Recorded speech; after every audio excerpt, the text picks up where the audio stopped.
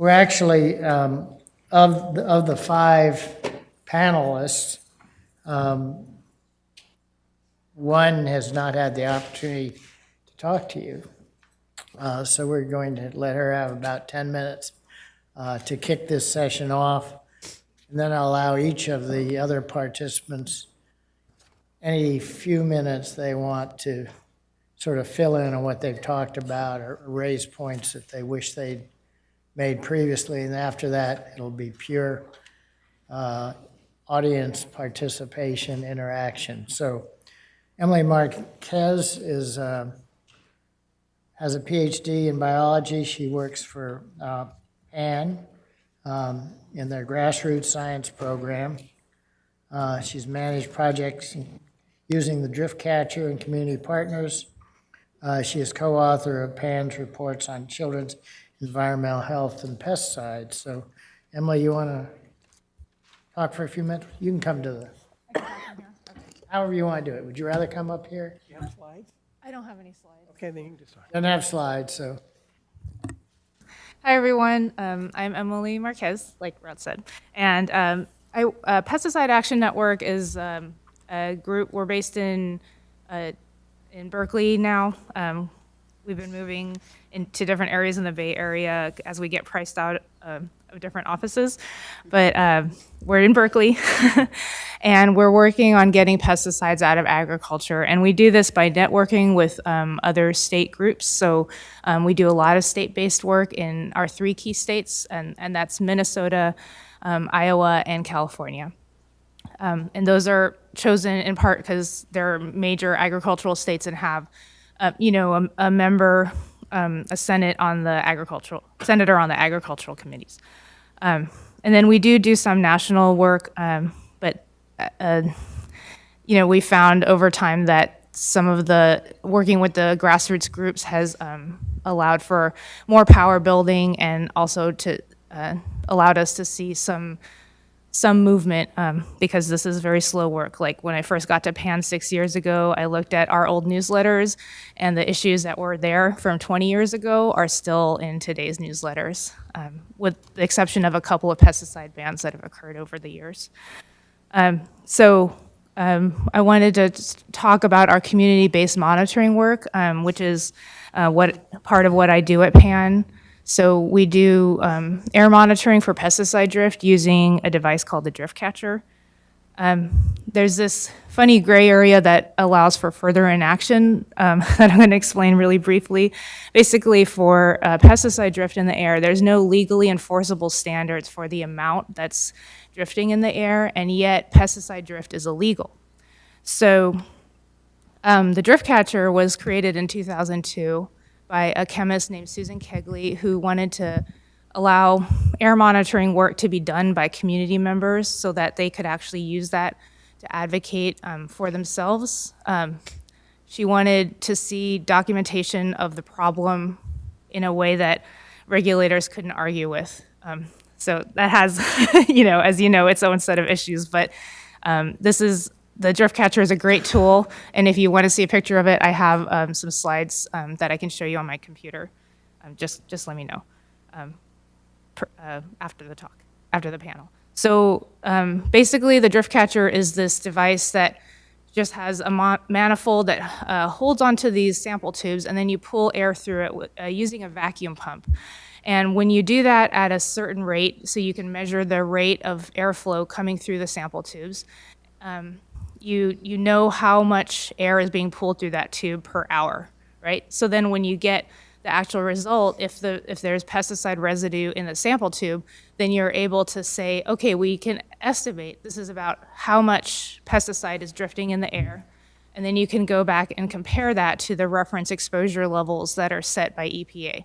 So this, of course, also has its own set of issues because sometimes we don't agree with the reference exposure levels that are set by EPA, but there has to be some basis of comparison, and we do use maybe more appropriate, I would say, or different risk assessment equations. So the ones developed by California Office of Environmental Health Hazard Assessment actually account more fully for young children who, as folks have been saying throughout this this meeting, take in more pesticide per pound of body weight. So the breathing rate gets accounted for in risk assessment, and so does the weight of a child. So a lot of times we'll compare our findings with the most sensitive population. Usually that's a 1-year-old child, because they are the most vulnerable, and we all know that children live on the front lines of pesticide exposure as well.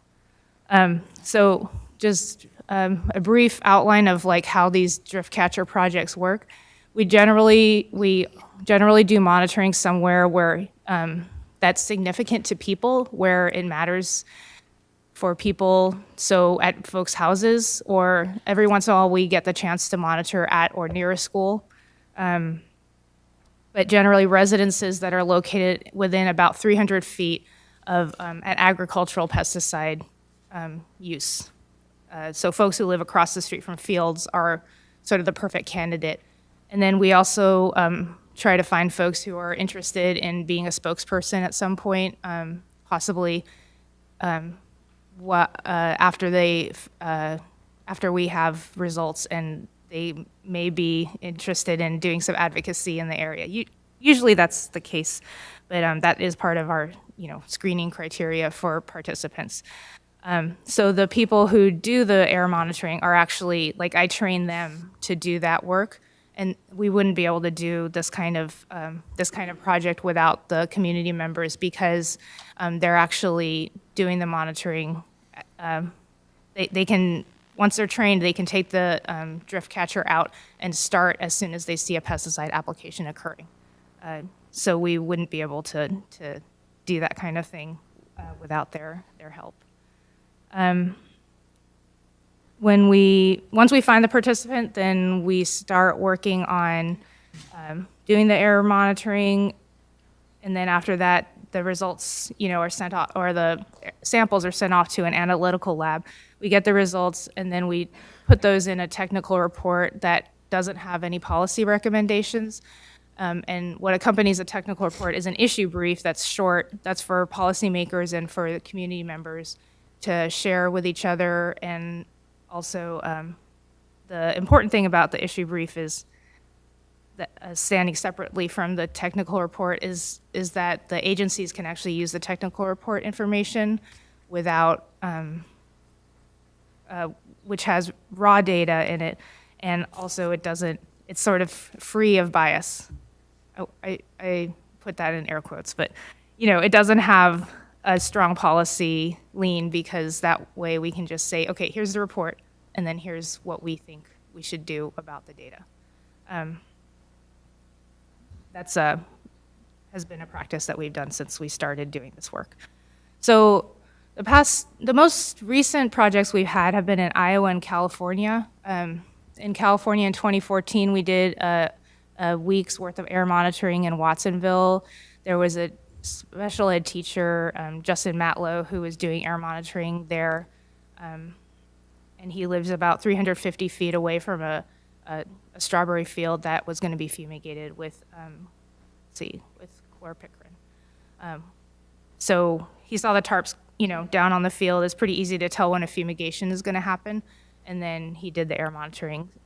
That was to help try to get stronger chlorpicrin rules. They have these tarps they call totally impermeable film, and they used to be called virtually impermeable film. So they've made this improvement, supposedly, with the totally impermeable film.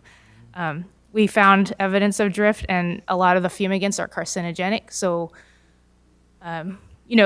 when you calculate that, the exposure to carcinogen means that any exposure could potentially elevate your cancer risk, but there's these, risk assessment calculations you can do. So we found that if you, lived in the house over a certain amount of time, you would elevate your cancer risk by X amount.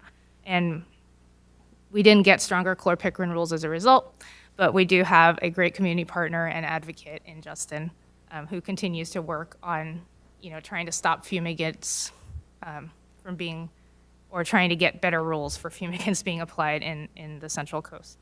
And then Some of our work in Iowa has been, well, I'd say it's mostly with organic farmers.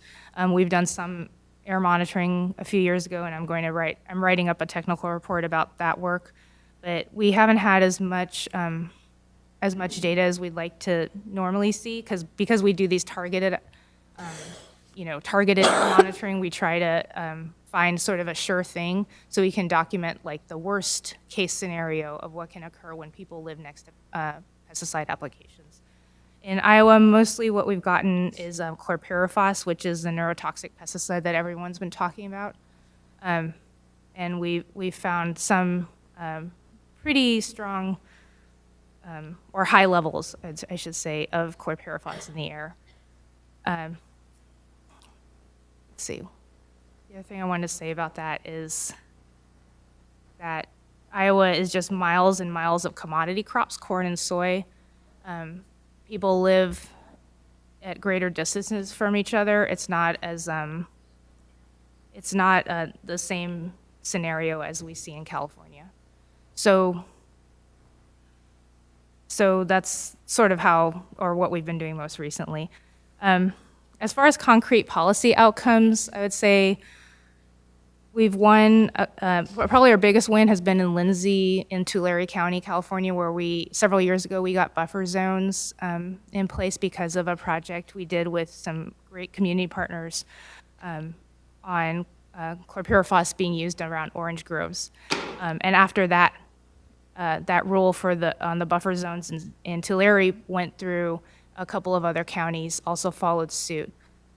The other win that's been the advantage is sort of more murky, has been that EPA, I think you can see that EPA is more likely to recognize volatilization drift for pesticides other than fumigants. I forgot to mention the drift catcher is best suited to capturing volatilization drift. And this is just when pesticides rise into the air like a vapor, but they can do this for several days after an application. So there's this added effect of, it's not just the drift that is occurring right during the application, the vapor coming off depending on weather conditions and wind direction can actually drift great distances sometimes in the case of fumigants, and will persist in the area, or can persist in the area for several days afterwards. So sometimes I think the best outcome that we get from the drift catcher work is that we get these folks, community members engaged around an issue, and also get new spokespeople to work in advocacy on pesticide drift issues. The other advantage is that I personally really like as a scientist is that the drift catcher work increases public ownership over science. It's not just owned by people who are formally trained as scientists. And finally, we also are getting data that's not just from industry about pesticide drift. There's not a lot of states who have the capacity to do air monitoring. California is the only one that I know of that does that work consistently. And we have just, some air monitoring happening that is not targeted. So it's harder in some ways to get something done about it. Okay, that's it. Thank you.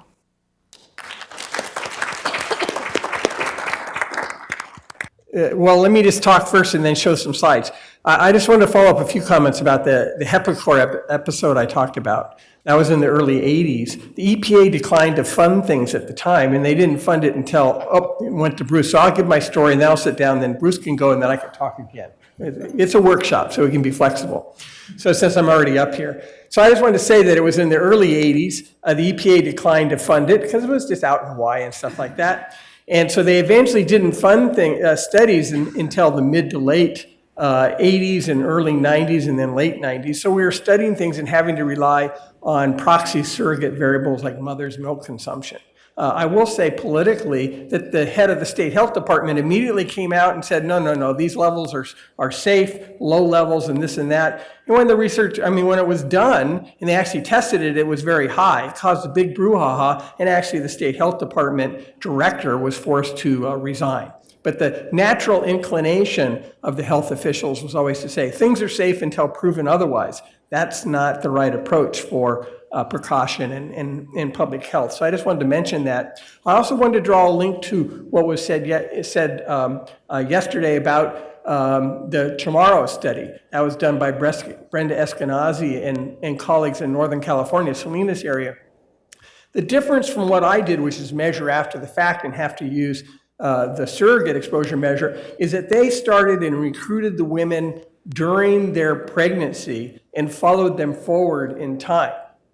The issue with them, and it's been very productive, is that the study could only be a few hundred families, and they had to do a lot of monitoring because the chemicals that can cause later effects don't stay in the body necessarily. Some do, most do not. So you have to monitor repeatedly over time, which is expensive. So you have small populations. Takes a long time to do the studies. It's a long-term commitment. So there's been this broad discussion, both nationally and internationally, about having very large birth cohort studies. They always want to target 100,000 or so. They tried it in the United States. I won't go into the details with it, but effectively there were problems with it. And Francis Collins, the head of NIH, eventually decided to shut down what was a study that had been going on for 5 or 6 years and shift the money into precision medicine, which is looking at genetics and treatment approaches to treating people rather than studies of how to prevent illness. That's my comment in illustration. But basically, the point being is a lot of this stuff does take place in the context of the role of public health officials, the role of regulations, and the will to study these things. So since they put my slides up, I'll finish with this. I just wanted to give a little story about the limits on regulation. So environmental laws are typically passed with a narrow majority that requires compromises. And I frankly think a lot of them, the compromises leads to fatal flaws. We could have arguments about whether so-called Obamacare is the best way to go or whether it was a highly compromised legislation. It's better than nothing, but there's flaws in it. The procedures after you have the laws are to promulgate regulations, which I believe the procedures are intentionally difficult and subject to constant legal battles supported by substantial funding by industries.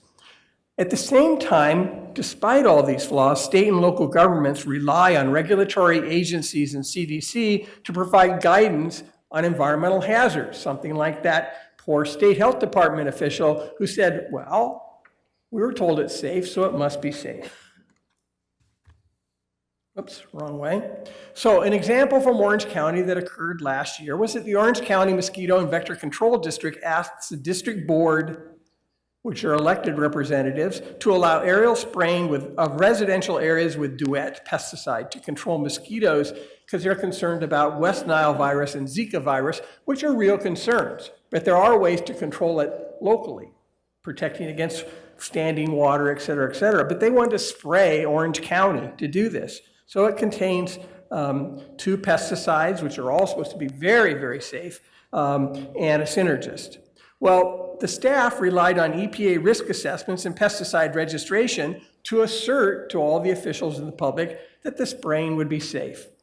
So they actually said aerial spraying by aircraft with EPA-approved public health pesticides is recognized as safe and effective strategy to reduce the number of virus-infected adult mosquitoes. In fact, you can't read it here, but prior to the registration, when they actually said, is it there, they said that there's a reasonable certainty of no harm, and it's been adequately approved. But what did the risk assessment really say? It said in their warning labels, much of the information on toxicity, in fact, all of it, is provided by the chemical company that requests registration of the pesticide with little independent testing. And they also specifically state that registration is not a seal of approval regarding safety. And the small print there actually has the quotes that says that. And it should not be construed as an endorsement, although that's exactly the way the public health people do it. The EPA risk assessment process, in fact, is inadequate. It's limited. It does not adequately address risk among vulnerable populations, such as children, the elderly, or people with respiratory or compromised immune systems. Although the regulations specifically say you're supposed to protect the most vulnerable. The documents say, and these are quotes, there's qualitative and quantitative evidence of increased susceptibility to infants and children from exposure to the pesticide. The toxicity database lacks developmental neurotoxicity studies that are required to fully evaluate risk to infants and children. In fact, there's risk assessments that show that there is evidence of increased susceptibility of juveniles to the toxicity. The EPA health risk review indicated that neither the pesticides nor the synergists had been tested for endocrine disruption because the EPA had not even developed the appropriate testing protocols, and they did not review the synergistic effects of the active pesticides and the inert ingredients within the same product. So they don't follow the precautionary principle, and public health officials and local officials rely on these registrations and risk assessments to get to the one top line thing. It's safe to use in the public, even though the details of the documents have all these caveats to say we haven't even tested a lot of this stuff. So the bottom line is vigilance and advocacy are needed because you can't rely on just the governmental statements and regulations. Individuals and families need to consider a precautionary approach to their own use of environmental toxins, and frankly have a healthy skepticism if the local public health officials are telling you it's safe because the EPA says it's safe. Thank you. Now we'll try and get Bruce's up. Okay, well, let's see if we get it.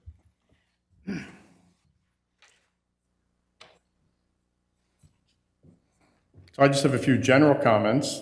Many of them are very similar to what Dean just said. This is a talk I normally give to city councils. You saw this slide, non-communicable diseases are now the leading cause of death in the world. I told you about the endocrine system and endocrine disruption. And I showed you this list of partial list of endocrine disrupting chemicals. And we can look in more detail at this list. You can see some of the ones that we're in contact with all the time. Under insecticides, you can see our good friend DDT here. There's quite a few. And as Dean said this morning, it's no surprise that these chemicals are toxic because they're designed to kill. Okay, they're designed to kill living things. And the principle is that they kill the target organisms to some concentration, and hopefully they're designed in such a way that they won't kill non-target organisms. However, all these industrial chemicals and personal care product chemicals, they're not designed to be toxic. So it's really a surprise that those should have the same kind of activities. Industry doesn't agree. I love this cartoon from Jeff Olson. This industry guy smoking a cigar, and it says, "We in the business community prefer a cautious wait-and-see approach over needless media scaremongering about feminizing effects in fish," as he doesn't notice that he's grown breasts. And this is, in fact, the attitude of industry, that there's no problem, and if there is a problem, we're all over it. We've got it covered, and just don't you worry. And they would argue that it's no problem with putting large amounts of endocrine disrupting chemicals in the environment. And if you believe that, I would point you to this paper by Tracy Woodruff and her colleague that shows that we have a long-term rise in reproductive dysfunction, okay, and in diseases that many of which can be associated with hormonally active chemicals. And we have a decrease in our fertility and fecundity over time. And I use this slide often. You could call this Administrator Pruitt, or you could pick any other person, and they've put their head in the sand deliberately and they don't see that. And worse, the government industry toxicologists and actually a collection of 17 toxicology journal editors who we're having a public war with said that the idea of non-monotonic, so monotonic means linear, low-dose effects defy their common sense and logic. And they say, is it really adverse to disrupt endocrine disruption? Women voluntarily take birth control pills. They disrupt your endocrine function. Why should we worry about these chemicals? The most silly thing they say is, how can we believe animal studies? I can't tell you how many times I've debated one of these industry fools, and they say, but Professor Blumberg, your results are in animals, and they don't apply to humans. But all of their safety studies were done in animals. So pick a position. I don't care what it is. If you want to say animal results don't predict effects on humans, then their safety studies are invalid. And if you say animal studies predict effects on humans, then their safety studies are one side of the coin and our adverse consequences are the other side. You need to be consistent. The other thing is they say effects are transient and will disappear after exposure stops, nothing to worry about. And that indicates a fundamental ignorance of endocrinology. So it is true that hormones in your body have what we can have activational effects. So for the women, your estrogen and progesterone cycle monthly, and you're well familiar with the consequences of that. If you give a woman anabolic steroids like testosterone and relatives, you can build up bigger muscles and you'll get more coarser body hair. And that will go away when you take away the chemical. However, if you give a pregnant woman the same doses of those chemicals, and she has a female fetus, that fetus's clitoris will become a penis, and it won't revert to a clitoris when you take away the chemical. That's called an organizational effect, and those are permanent. So these early life exposures can give permanent effects that never go away, and that's fundamentally missed by all these studies.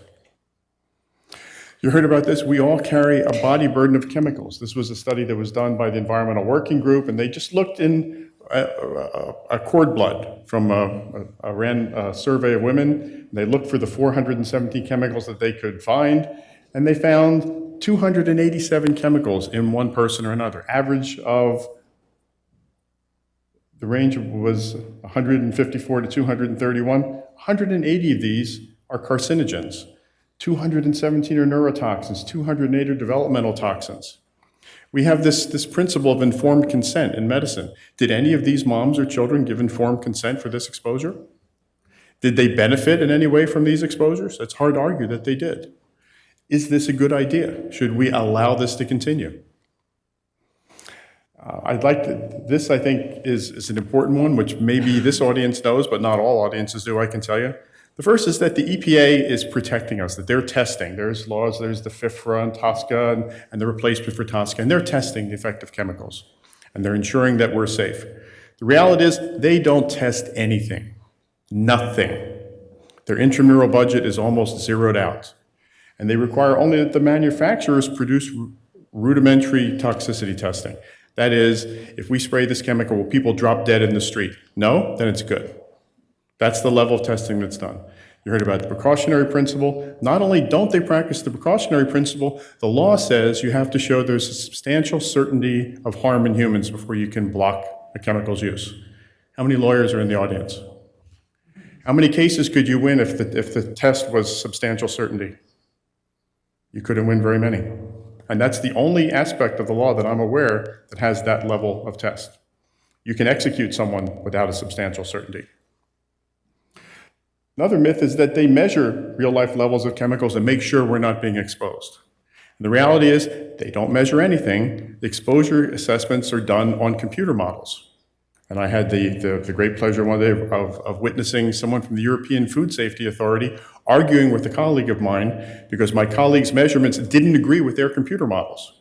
And their computer models must be right, and my colleague's measurements must be wrong. That's the kind of silliness that goes on in the regulation process. The third is that, the last is that they use state-of-the-art science to evaluate chemical risk. And the reality is they use archaic science that's heavily influenced by the registrants, and especially the endocrine disruptor screening battery that they use. And I love this cartoon. I showed it at Society of Toxicology a few years ago.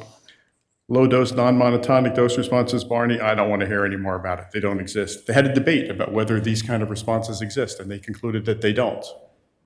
Senior Daniel Patrick Moynihan said, everyone's entitled to his own opinion, but not to his own facts. So we're ignoring the facts. So lastly, I'll say that the data supporting the adverse health effects of herbicides, pesticides, other endocrine disruptors are extremely strong. Even if you accept that there's some uncertainty, even if you say, and I will accept the contention that I can't tell you how likely it is that the obesogens I talked about are making any one of us obese. But if there's uncertainty and you have to make a choice, which way do you want to make a mistake? Any choice you make in your life, you have the chance to make the wrong choice. So if you're going to make the wrong choice, in which direction would you rather it be?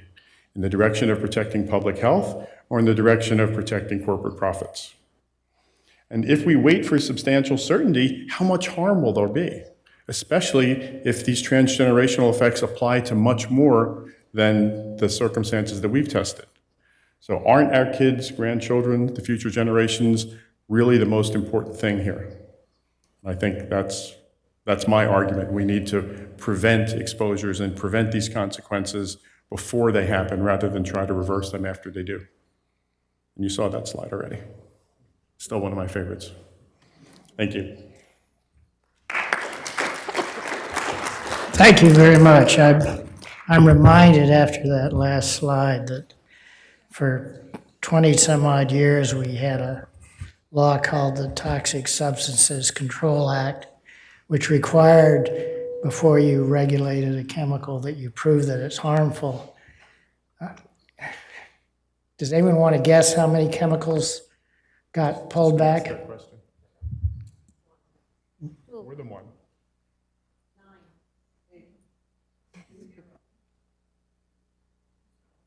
What's your answer? 5. And the first one was arsenic, which was rejected by a federal court in Washington, D.C.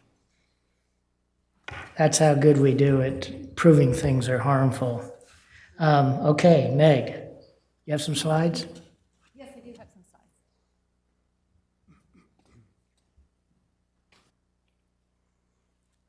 Tremendous, thank you so much.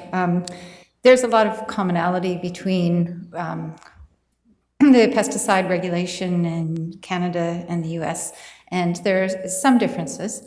There's a lot of harmonization now in terms of data requirements. The same industry supplied data is considered in Canada as the US largely. Canada does permit you to go to what's called a reading room after the registration is completed. So we can examine those confidential test data as long as you take out an affidavit that you're not going to use that data to register a pesticide yourself. You're allowed to take a pencil and paper into the room. That's it. The science of, as it was alluded, we do have more modern ways to detect potential endocrine disruption and that kind of thing. And so far, they're really not used in pesticide regulations. They're used somewhat in Canada for other chemicals. They're just starting to get to that point, but they must practice precaution and not leap to conclusions that something's going to be toxic before we have absolute proof of that. This is how precaution gets turned on its head sometimes. There are a few large prospective epidemiology efforts that were in the past, and we do actually still have a birth cohort going on. There's very sporadic monitoring programs and data access. The Canadian government is now saying that they're going to be providing open data. So far, some of it's pretty rolled up, so we're advocating for real data with lots of numbers and spreadsheets, that kind of thing. So that we can actually use the data that exists in Canada. And in Canada, for epidemiology studies, since we have public health care, you can do post hoc analyses using the healthcare data, which is contained within secure provincial facilities.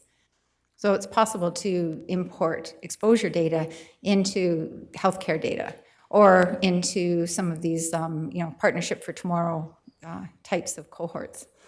So there is that potential for research.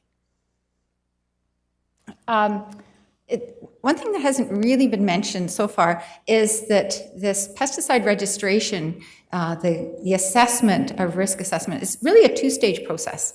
And first of all, there is an analysis of whether a chemical can cause some kind of harm. That's called the hazard assessment.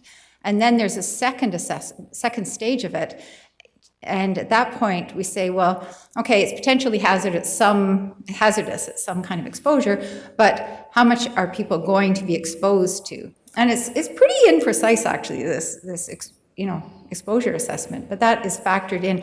And it's generally at that stage that they say, oh yeah, well, it may cause problems, but the exposure is going to be so low that we don't have to worry about it.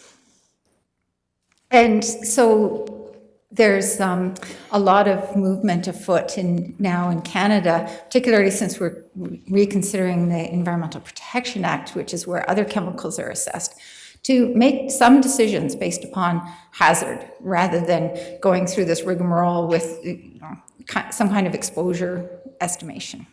And carcinogenicity is an inherently hazardous property of chemicals, and we would like to see endocrine disruption to be included along with carcinogenicity. In that context, we're very, very slow to incorporate these in vitro and in vivo and even in silico assessment, protocols. We, of course, don't consider cumulative effects and the federal system is inherently reactionary. We don't change things until we have really strong evidence of harm being happening. Now, in Canada, as in the States too, the provincial and local pesticide restrictions are possible. So there was, as I mentioned last night, the Supreme Court of Canada ruled that municipalities were able to restrict pesticides above and beyond the federal restrictions. And so that kind of green light really energized a lot of people in Canada. So in Ontario now, there's a law that is the best in North America. And for lawns and gardens, public spaces, schools, this kind of thing, you can only use least toxic products. And that's the switch that we would like to see. This precautionary principle was operationalized in Sweden under what they call this substitution principle. So instead of kind of ratcheting along this toxic treadmill of substituting one toxic chemical for one that's maybe not so bad, except we don't know as much about it, what they do is identify the best practices. And that's actually what's in the Ontario Cosmetic Pesticide Ban Act, that there is a list of least toxic options, and that's all that's allowed. Halifax is the other jurisdiction that has a white list, but it's still a patchwork otherwise across Canada.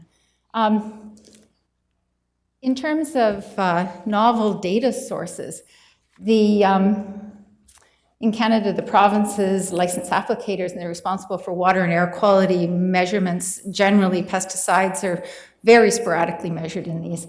The surveillance, I really have to take off my hat to some of the surveillance efforts in the US. It's pretty inspiring, and we'd love to leverage some of that. But one thing that was kind of interesting was that as a sideline of the Ontario law, the golf courses were required to report their pesticide use. This was their way of getting out of actually being included in the ban. They said, don't worry, we've got it all under control. We're going to use IPM and reduce our pesticide use. So we've had this for almost 10 years. So we actually accessed some of this data. It was very cumbersome. It's all in illegible PDFs and JPEGs. But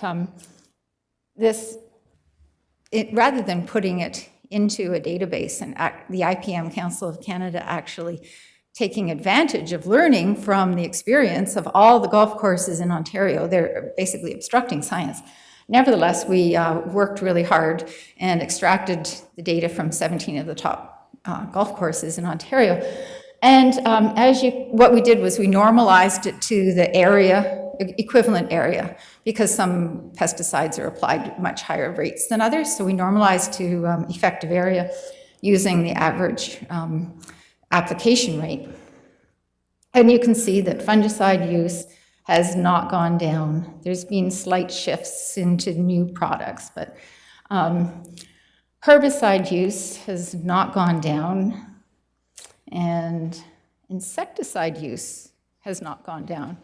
Interestingly, in 2013, that was what the person who extracted all of this, who constructed the graph, she said, 2013 was the year of the skunk. There were a lot of grubs then. And so all of a sudden, everybody hauled out all the insecticides, in spite of the fact that probably So the insecticide doesn't kill adult grubs. The skunks are very good at eating dead grubs. So it probably didn't make any difference whatsoever, but the greenskeeper couldn't tell the golf course owner that he was doing nothing. So there was a very large jump in the application rate of these neurotoxins. So this is all combined together. Clearly, these class 9 pesticides, which are required to, if you're going to use them, you need to be licensed, have not gone down, despite the promises. If I have time, I'd like to just quickly note that integrated pest management is being used for invasive species, and I put IPM in quotes there.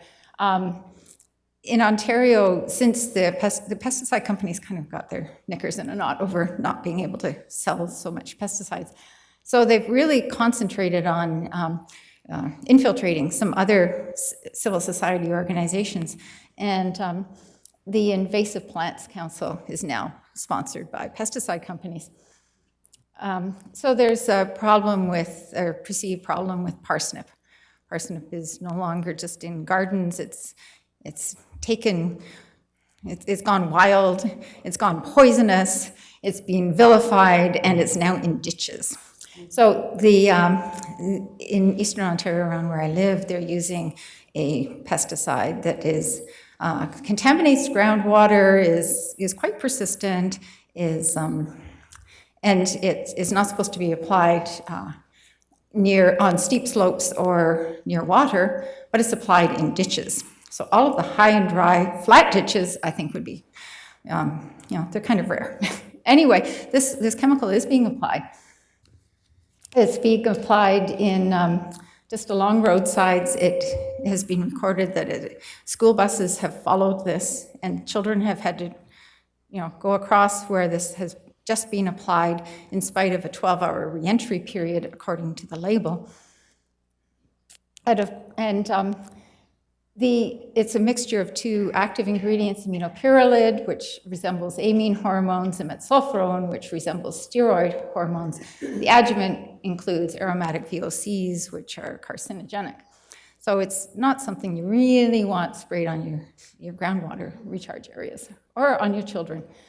And so just for illustration, what we did was take the chemical structures of these epinephrine, norepinephrine, and dopamine and lay over the aminopyrrolide structure, which is the colors. And they're very similar, and there's some screening testing indicating concerns. So mighty fine people in Leonard County, they actually went out and proved that it was quite possible to pull parsnip, maintain the pollinator-friendly plants, and totally eliminate the parsnip in these ditches. So I think that it's really important, and I just so take my hat off to some of the things that PAN is doing and so on. You need data. You need to know what's happening. You need to know what's being sprayed, what's in your water and your air.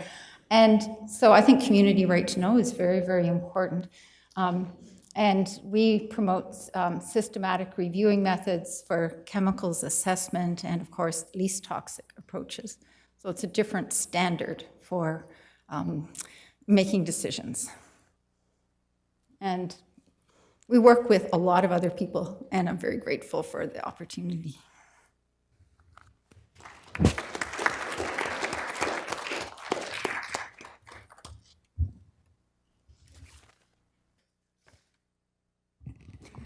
I'm sure you're gonna be able to hear me, but not to see me, but that's okay. That's fine. I'm okay. I can wave so you can see my hand. So I'm here again, but this time I'm not gonna talk about children. I'm gonna talk about farm workers, because I'm sure you all here agree with me that they are most impacted, their health is most impacted by pesticides than anybody else in this room. So, but before I do that, I really want to give more statistics or facts about the region where I work and live, with the San Joaquin Valley. So 7 of the 8 counties in our region rank among the top 10 agricultural counties in California. And the main commodities that are produced in our area are grapes, almonds, oranges, I put almonds twice, and milk. We have a lot of dairies in our region. And you have seen already this slide, so I'm gonna skip it. So I put this slide because it is going to help me explain why farm workers are more vulnerable, not only because they work in the fields for so many hours every single day, or most of the days of the year, but also because of the social vulnerability. And what does that mean? Well, they have higher poverty rates, they have low levels of formal education, low English literacy, and lack of direct local representation.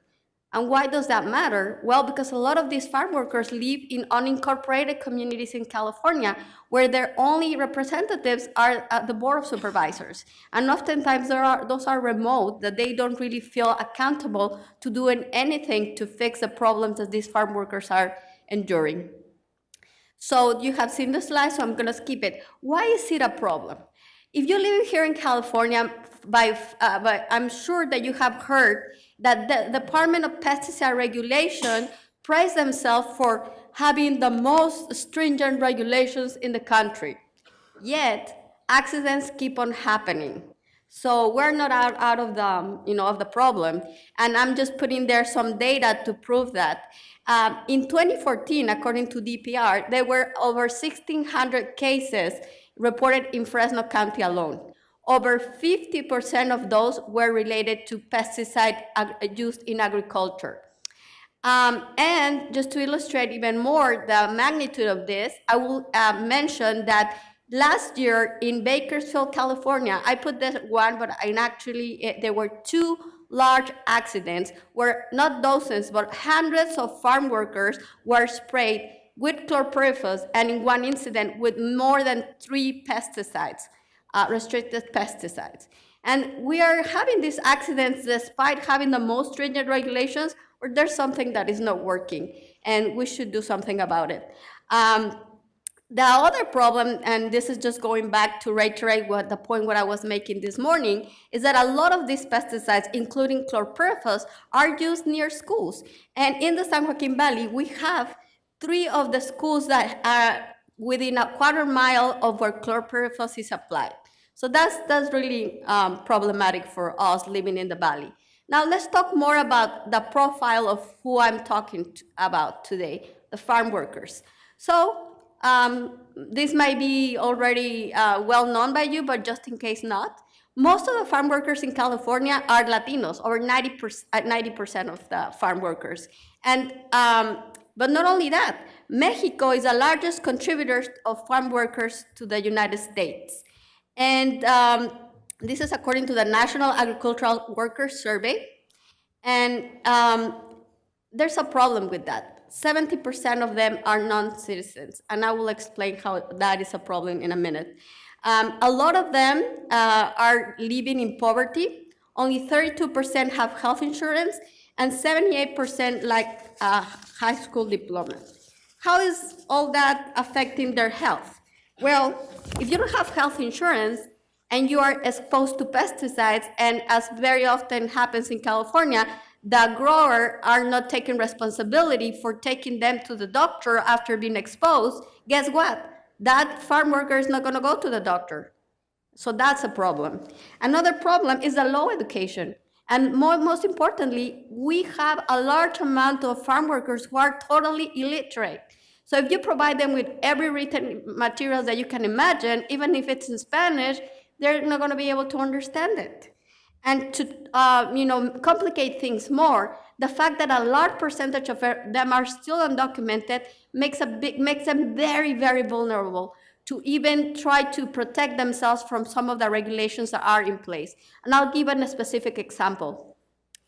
In the San Joaquin Valley, if you are exposed to a pesticide, the instruction by DPR and the local ag commissioners is that you can call the ag commissioner if it's, of course, within their business hours, Monday to Friday, 8 to 5. What happens if it happens after hours or after business hours or during the weekend? They need to call the sheriff. The sheriff, yes, you hear right. You think that an undocumented immigrant in this anti-immigration environment that we're living is gonna call the sheriff? Well, that figure that I shared with you before of that, reported incidents of pesticide exposure due to use in agriculture is totally not a real number. There are a lot of underreporting of these accidents because farm workers are afraid and are not reporting. And just to add to what I mentioned before of the language barrier, the lack of education, is that within the farm workers, there's a subpopulation, a large number of indigenous farm workers that oftentimes go unrecognized because they come from Mexico, yes, or they maybe come from El Salvador, but they are not mainstream Latinos. They are indigenous, therefore they speak an indigenous language that is totally different from Spanish. So if you provide them pesticide safety training in Spanish, it makes no difference to them. They cannot benefit from that information. And some of the largest indigenous populations that we have in California, especially in the Central Coast and in the Central Valley, come from Oaxaca and Guerrero. Most of the languages that are most commonly spoken are Mixteco, Zapoteco, and Triqui. Okay, so until recently, there have been no efforts of really documenting what has been the health impact of farm workers. We know that they work hard. We know that they, for the most part as Mexicans, but there have been no efforts to really document, do they have health insurance? Do they have access to health treatments when they are exposed to pesticides? Do they access preventive care? So there was a groundbreaking study that was financed by the California Endowment. It's called Suffering in Silence. And that's what that report did. And this was from the beginning of 2001. And what this report did was they did interviews, but also did some labs work on a cohort of over 100 farm workers across California. And I really highly recommend you. It's a good piece of information about the health impacts of, not only pesticides, but all the hard working conditions of farm workers. So I really like this quote of late Shelley Davis, who is was a ferocious advocate for farm workers in the DC area, where she's saying, working in hazardous conditions should not be the price farm workers have to pay to feed their families. So that's what inspired us as CCJN. That's why we have been working not only to educate, but to empower these farm workers. We're trying to flip the coin. It's not just, oh, pobrecitos de nosotros who are impacted by pesticides. You guys go and do something for us. We are doing something for ourselves. And we're organizing farm working communities. And we're not the only ones. We recognize that here in this room, there are other esteemed colleagues that are doing that, such as CAPS, such as CPR, CRPE, and many others. But I will just describe briefly some of the efforts that we have done as CCJN. So with the funding from US EPA, we did a citizen science project. What we did, we formed a cohort of farm workers all the way from Kern to Tulare and Fresno, and we approached the regulatory agencies that have all this information about the trainings and regulations that they put together to protect the farm workers, and we had a series of train-the-trainer courses. One of them was hosted in Fresno at the Fresno Ag Commissioner's office, and that's the picture that you see on your left. And on the right, we were able to visit a farm, and we got a lot of good information. But most importantly, what are we going to do with this information? So these advocates are training residents on the unincorporated communities in Tulare and Fresno County on how to, what are the regulations that are in place to protect them, how to use pollution logs to monitor pesticide exposure and related symptoms of this pesticide exposure. We're using this information to push for more stringent regulations, not only the buffer zone regulation that I referred to before that began implementation in January of this year. We were part of the Tulare County DPR hearing that happened last year in preparation for this new rule. But we continue to really working at the local and at the state level in conjunction with other advocates to really bring more visibility to this issue, because we can be here, excuse me, talking about health impacts.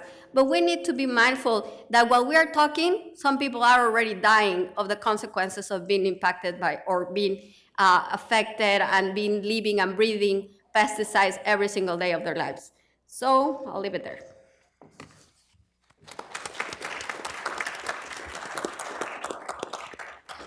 So in just a minute, we'll open for questions, but she's just reminded me of something that is very important today in pediatrics because it's only recently been fully recognized.